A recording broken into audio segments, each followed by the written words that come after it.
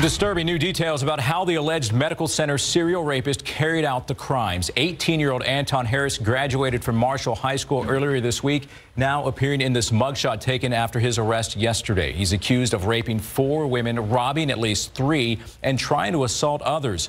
Courtney Friedman poured over a stack of documents in which officers say Harris has confessed to some of the assaults. Some were raped, some were robbed, but all were scarred by the attacks. Officers explained in these affidavits during a recorded interview Thursday after his arrest, Anton Harris admits to several of the specific attacks. He confessed he used a knife on May 19th to threaten a woman and ran when a car came. The victim in that case told police she was in her car and someone was trying to open it. When she got out, a man was crouched outside and attacked her with a knife. Over a 22-month period from March of 2015 up to last week, Harris's DNA was linked to 6 assaults at medical center apartment complexes. On June 3rd, 2016, a woman let her cat out of the apartment and then heard a scratching sound at the door.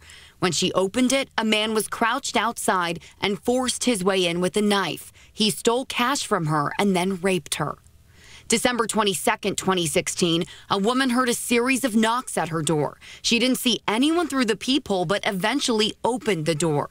She says a man in a hoodie and mask forced his way in with a knife, took her cash, and raped her.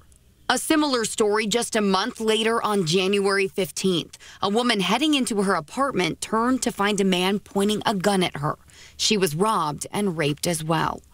Then just last week, another woman was held at gunpoint walking into her apartment. She says the attacker stole her iPhone and mini iPad and then sexually assaulted her. In yesterday's interview, Harris confessed to using a knife and handgun in the attacks, to having sexually assaulted a woman on May 28th and other women dating back to 2015.